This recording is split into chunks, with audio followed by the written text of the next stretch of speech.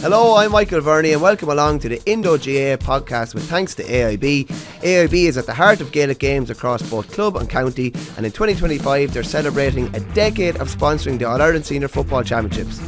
With this year's championship shaping up to be one of the most competitive in years, AIB is more excited than ever to bring fans closer to the action. Check out the hashtag #TheToughest for more. Hello and welcome to Indo GAA. We'll be joined by Pat Spillane and Dick Clerkin to look back on the football action later on in the show. But first things first, I'd like to be joined by John Mullane. A happy John Mullane, who got the bragging rights over myself at the weekend. John, a good win for Waterford. Yeah, just got over the line in the end. But look, overall, I thought, they were probably, the result was a fair result. I thought for 50 minutes, I thought Waterford were very, very good. Now, look, you just, you can see why the game would play out the way it played out. Something similar to the second game where Waterford were in control of the game, were well ahead. Suppose they brought on a few substitutions. And look, naturally enough, you got to give them great credit. They didn't throw in the towel. They kept going to the end, kept going to the final whistle, and they made it very, very interesting. Coming to the closing stage of that match. Yeah, no, we'll chat a bit more about that game later on, but we'll look at the headline act first, Mull. Just first things first, the atmosphere wasn't hectic for the first game, but the atmosphere before, during and after the Division 1A final was something else, in fairness, wasn't it? It's incredible, really, the support that they have. I think in Irish sport, I think Patrick Horgan, he remarked about it after, I think was it the Galway game, that in regards to sports team, they're probably one of the best supported teams across Ireland. When you break down sport, like in general, like you can throw in the dubs as well, but I don't know, there's just something unique about Cork, hurling fans and how they get behind their team. And that's now look, you can break that down and say it's down to population as well, but so the good and the bad times, they always come out in their numbers. And I mean, the support that they had down there Sunday was just insane. I mean, what was probably 42,500 people. I would go as good to say that there was probably the bones of 38,000 people that were from Cork. Now, did they pull a stroke in getting the tickets?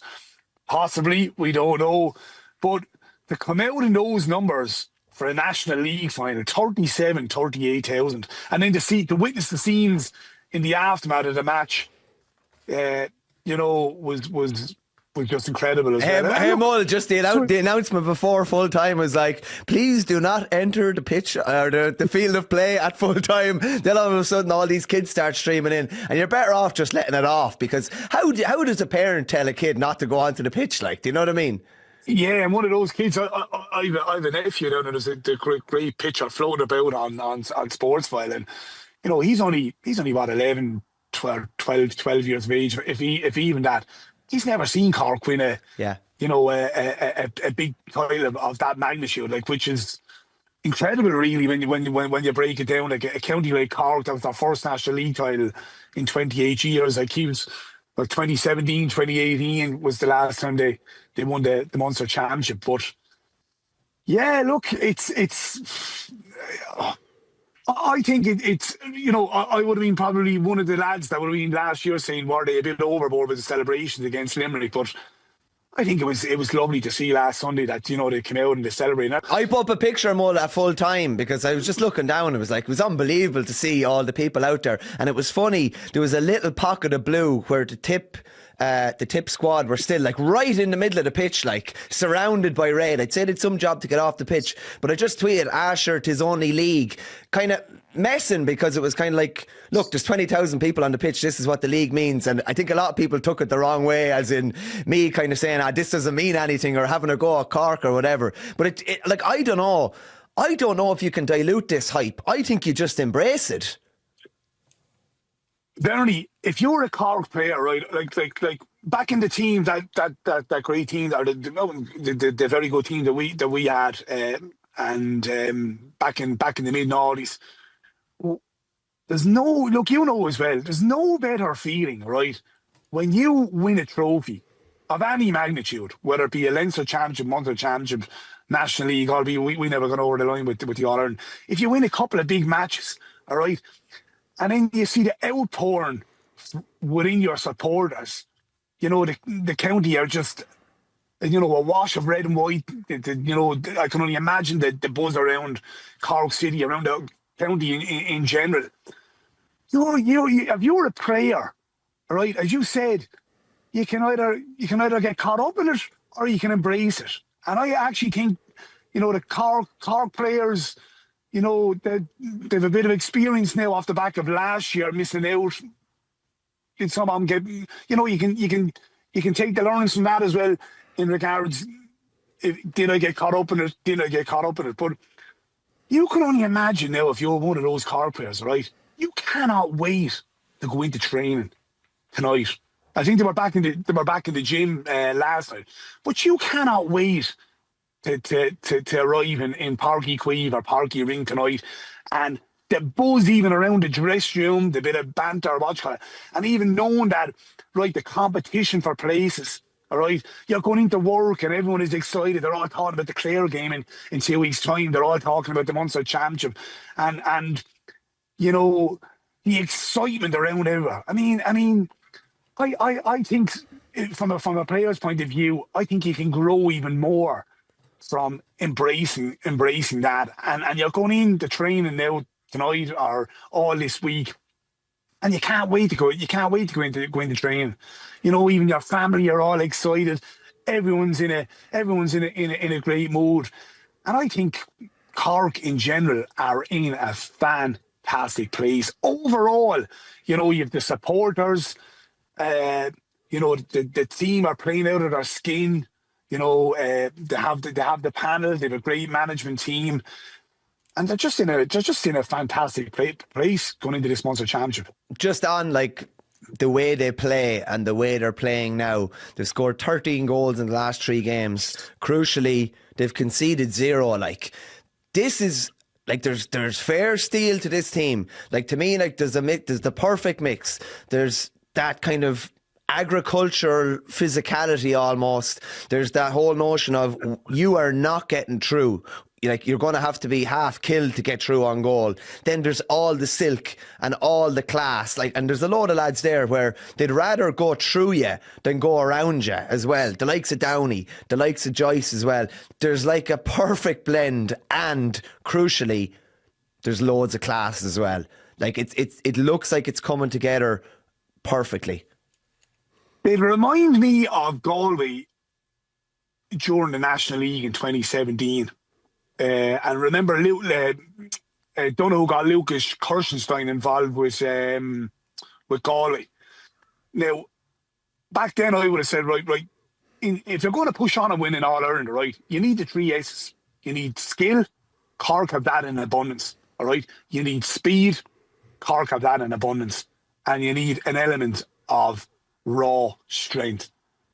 Now, you can argue that Cork are probably missing in the strength department. Probably Galway back in 2017, they had the skill, the hurlers that could talk to a ball, they had the speed, but they were missing the strength. Hence why Donoghue got in Lucas Kirstenstein. Now Cork they've really focused in on the strength and conditioning side. As we keep banging the drum on, they've got Ian Jones in doing the strength and conditioning. Now, for me, I think they've the full package. Speed, skill, and strength.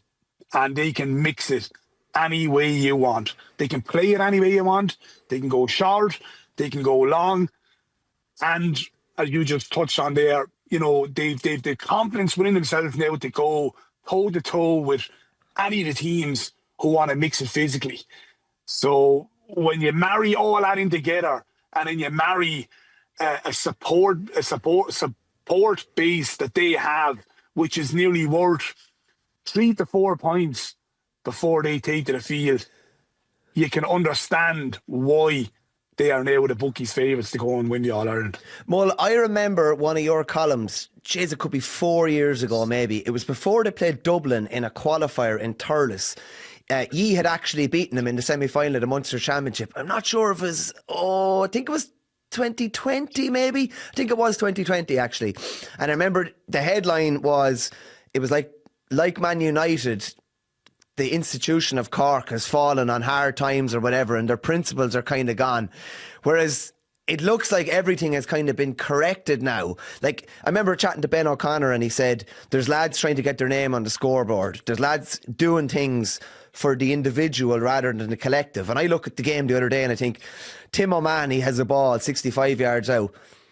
Maybe in other years he drilled the ball over the bar. Now he's playing this ball into the full forward line that is literally impossible to defend. It's like that. Connolly's goal basically came from that. O'Mahony, and everybody's doing it now. They're making the team call. It's always the team call. It's what's best for the team. No wild shooting, no erratic stuff from out the field.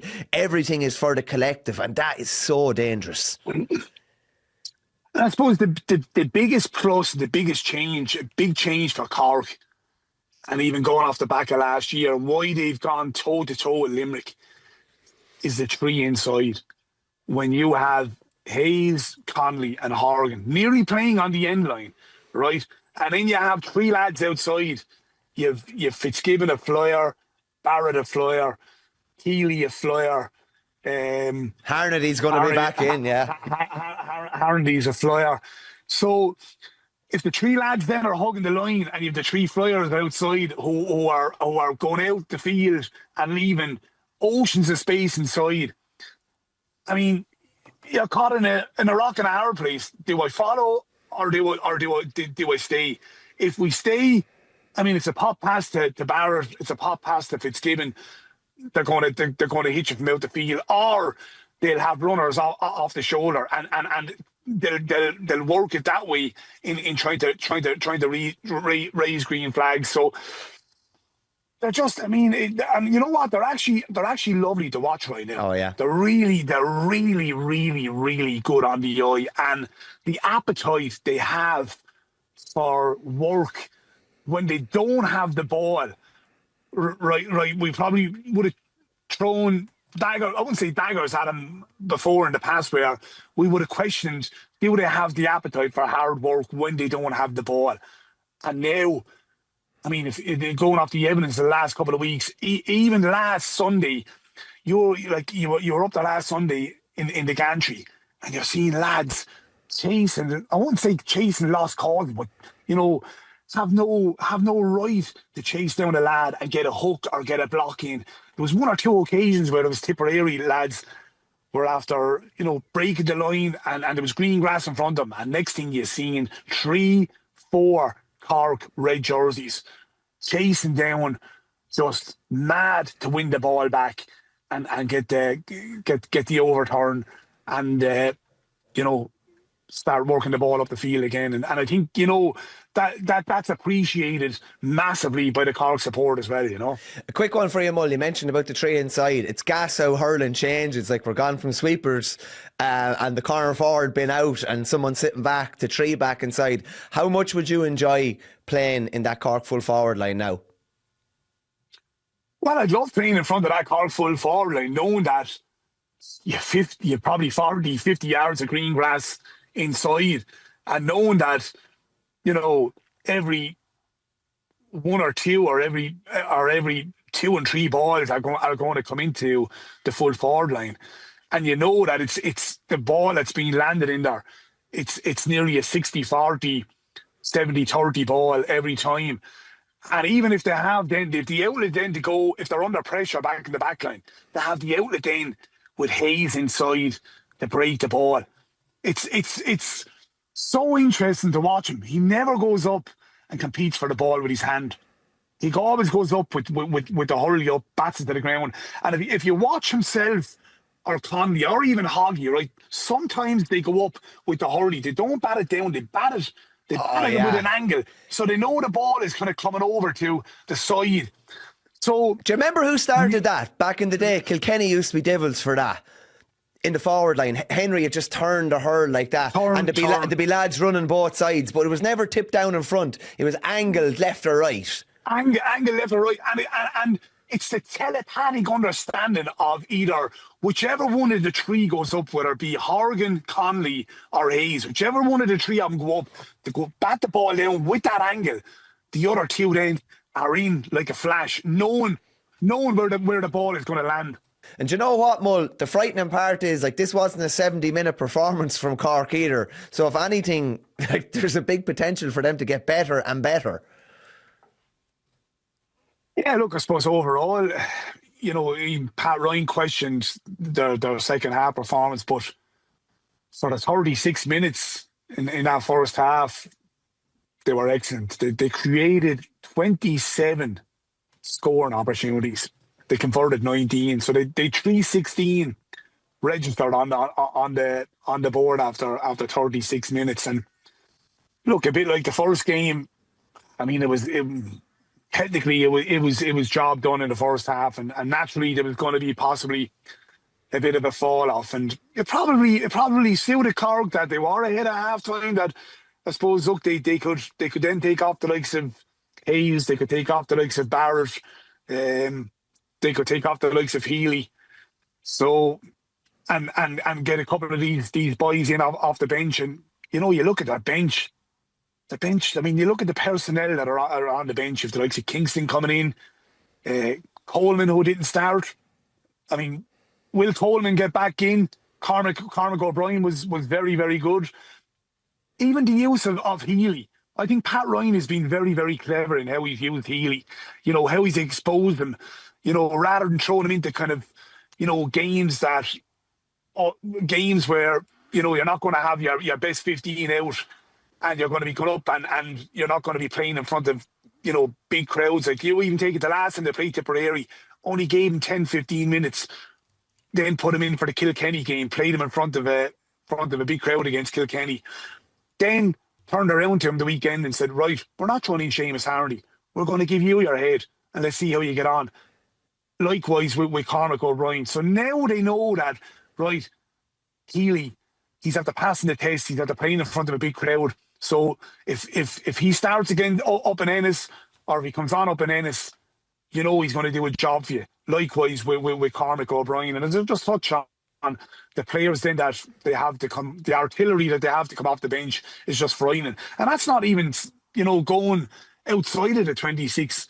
The lads that didn't even make the 26 the weekend, Verney, would grace any other inter-county panel. You didn't talk the likes of Robbie O'Flynn, young Mullins, who had a really, really good league campaign, Jack Callan, Conor Lahan. These lads didn't even make the 26. So the talent that they have right now is just frightening, and the competition for place is where they win now. A bit like that great Kilkenny team, a bit like Limerick back in their peak. They can win now, have their A versus B games, and their A versus B games are going to be very competitive going forward the next couple of weeks. From a tip point of view, John, a bit of a reality check as to maybe where they actually are at the minute. And like, even, I don't know, there was a class difference the other day, wasn't there? There was a difference in class. Cork had a lot of really, really classy players. I suppose they're a lot more developed and they've been on the scene even a good bit longer, most of them, whereas there was probably a deficit from a tip point of view. And listen, it's probably no harm to get a bit of a reality check, because you can maybe run away with yourself. Regards the timing of it, 2 weeks before championship is probably not the right time to get it, though. Well, as I touched on last week, look what they face into in the next 4 weeks. I mean, they play Limerick. I mean, we're all scratching our heads which Limerick are going to turn up in 2 weeks. When they come in, rock into town in Thurles, they have to go down then and face into playing Cork again, and then after that they have to travel to Ennis to possibly stay in the championship. You know, but look.